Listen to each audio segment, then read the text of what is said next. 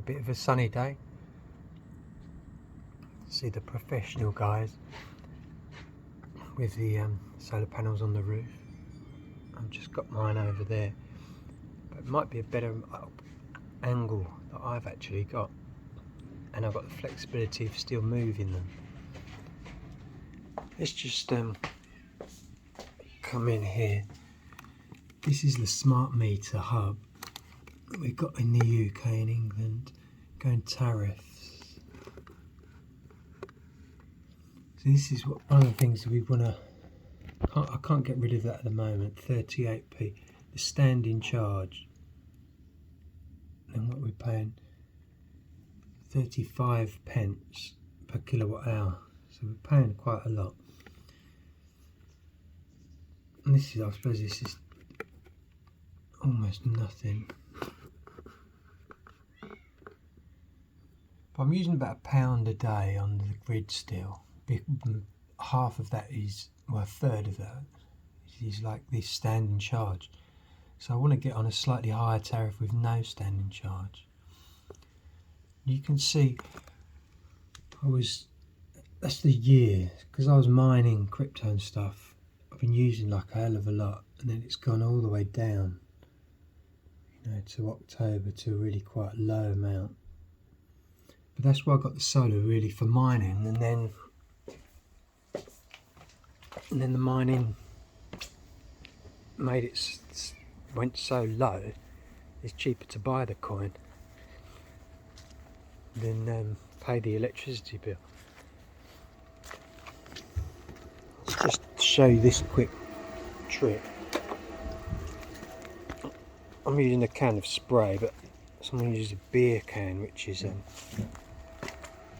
quite good. But you put that on there, and you look at the shadow. If you can see that, look over there, you see the shadow. But that's how you get your optimal angle. So the optimal angle would be pointing that way, really. And by the time the sun rises, it ends up behind the house. And I don't really want panels in the front garden in case they get stolen. So, and also really, they're going to be here for the winter, because I've sort of wedged them behind this ridge, because I'm worried about the wind. You know, in the summer you can move them round, but you don't want the wind smashing your panels, so be careful if you've got freestanding panels. But I think that, I mean, I know it's good and high on the roof,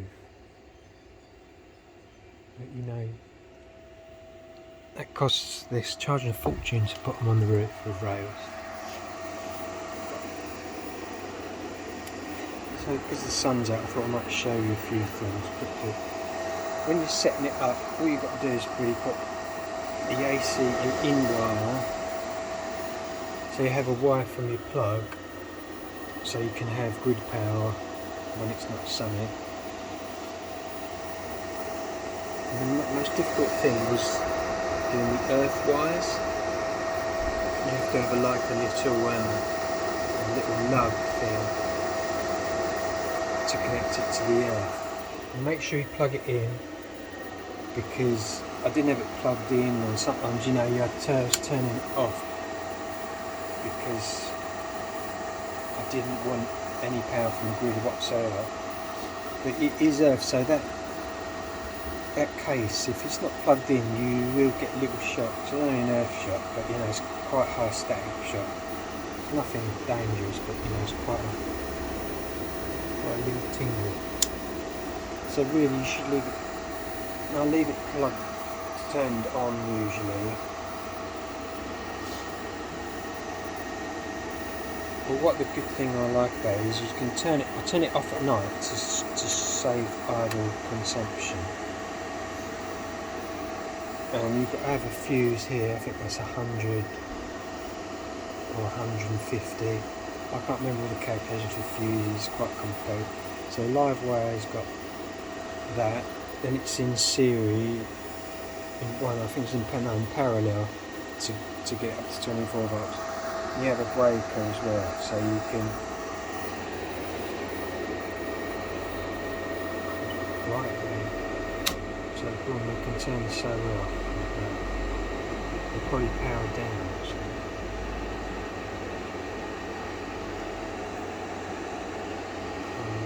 No, I think it's still going because it's got good power.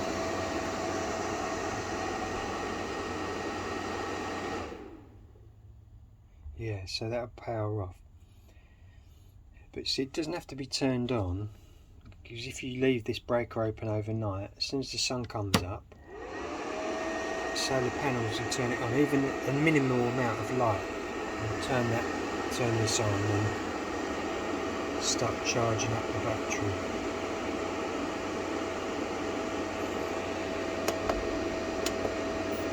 Oh, here we go. The line has just come on to show us.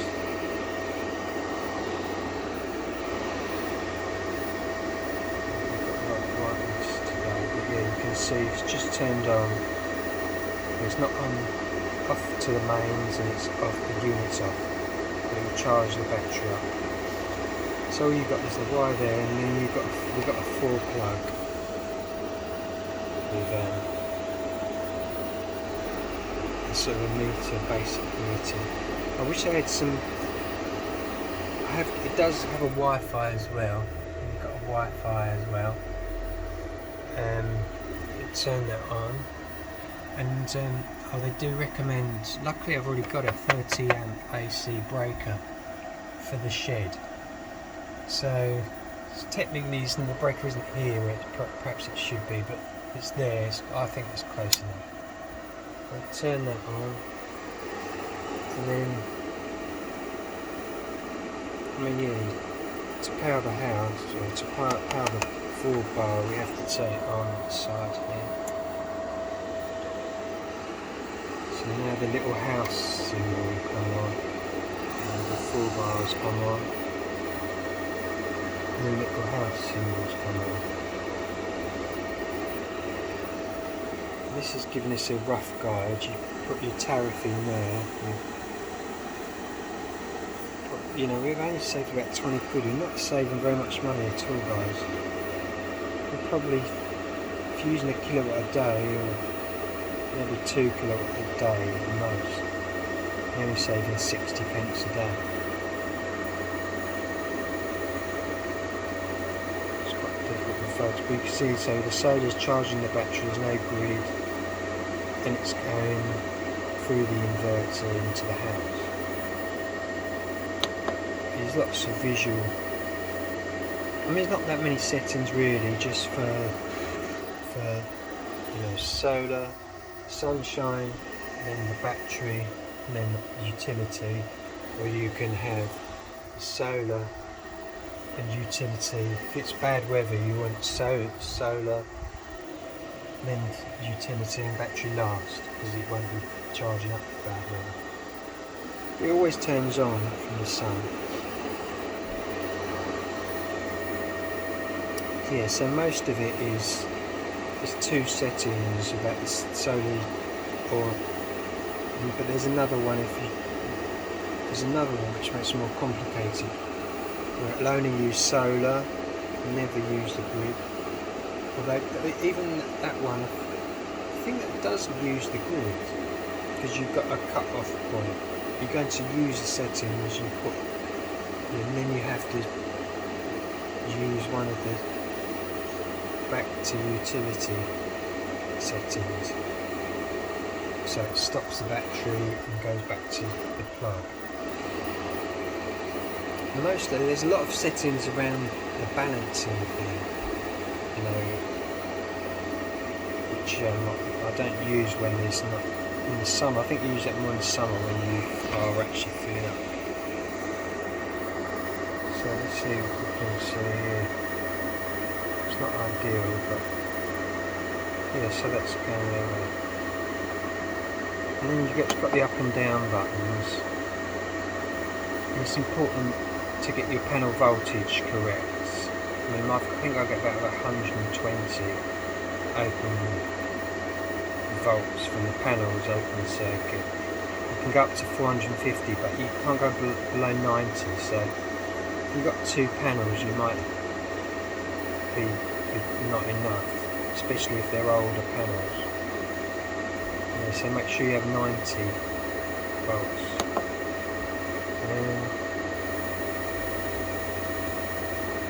And that's the amps. It's quite low amperage. I really needn't worry really. You can have about 3,000 watts going through these, to a 4-way plug down these sort of cables. You can have about 3,000 volts, so 3,000 watts safely.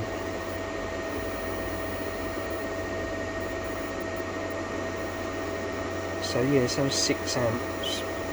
The most I've seen it is about 30 amps. That's in full direct sunlight. Then you see the wattage. It's about 600 watts at the moment.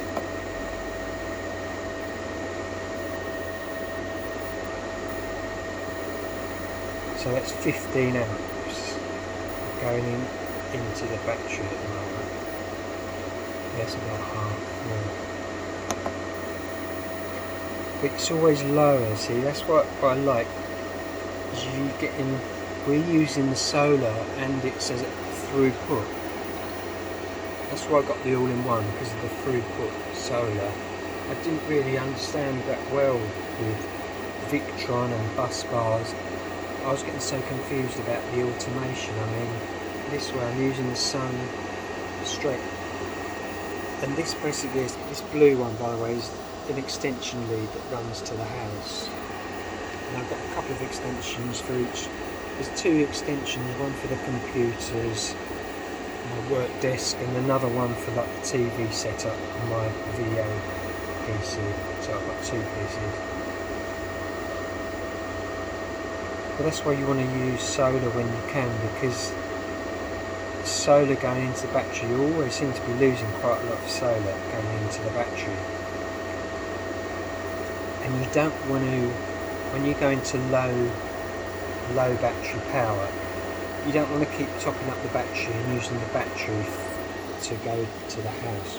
You might as well just have the grid and not charge the battery, because you're using extra. Charging the battery, you seem to lose quite a lot, so don't charge the battery up unnecessarily. Keep enough so it doesn't go in safety mode. Okay, so they're quite fast because the video is getting too long.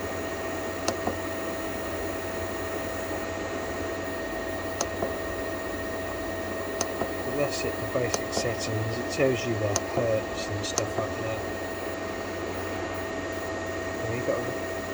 And it'll always look higher when you actually turn things off. That voltage will drop quite dramatically.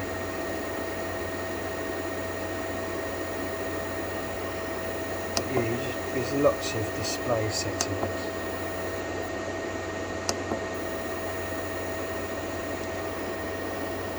A bit of a long video. I'll just turn that off. I'll probably end the video now. You see, when you turn that off, and when the sun, it still seems to be, when the sun's out, I think, you seem to have good high voltage on the battery. And as soon as the sun goes in, maybe if we do the breaker, see it drops quite a bit. Was it 26.6 almost? So yeah, it's dropped. With no sun, it drops quite a lot.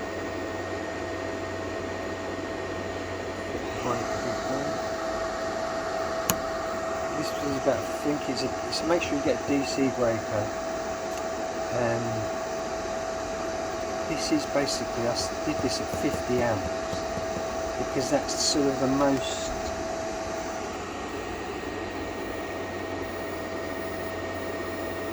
Well, I was thinking parallel, yeah, so I got 50 amp. I could have got a 30 amp one. I think that's how many amps have we got. Well, actually the amps on the panel stayed at 10, that's right, because it's series. we just got 3 here. They're 10 amp panels. And when you run them in series, remember the voltage goes up, so it'd be 3 times 40 volts, so it's about 120. But that doesn't drop. Don't worry about the sun. What I was first worried about, I thought when the sun goes in, is that going to be then, am I still going to get the open circuit? Because I was worried this would shut off. I thought when the sun will go in, the voltage would drop, and then this wouldn't power on. But it's an open circuit voltage, so it seems to work even when there's no sun. You'll still have enough voltage. But yeah, it's quite a long video. This isn't that accurate. I can't even see. We used about 20 quid, but when you keep turning this off, I've saved about 20 quid, yeah. When you keep turning this off at night, like I do to save power, this stops counting, I think. So that's been like a month or something. It still shows about 20 days usage. We've got a thermometer here, and the humidity. The humidity is quite bad. 95 is probably supposed to be the worst humidity. But I don't think, we're going to go below 0 for quite a time. I think we've seen this before. You might want to get this for your sparks, but I had some rubber gloves as well, yeah, for safety. And then my charger. I thought I'd be saving up money by not getting a charger, but you might get these in safety. If they go completely flat and they go into safety, it's quite awkward to get them out.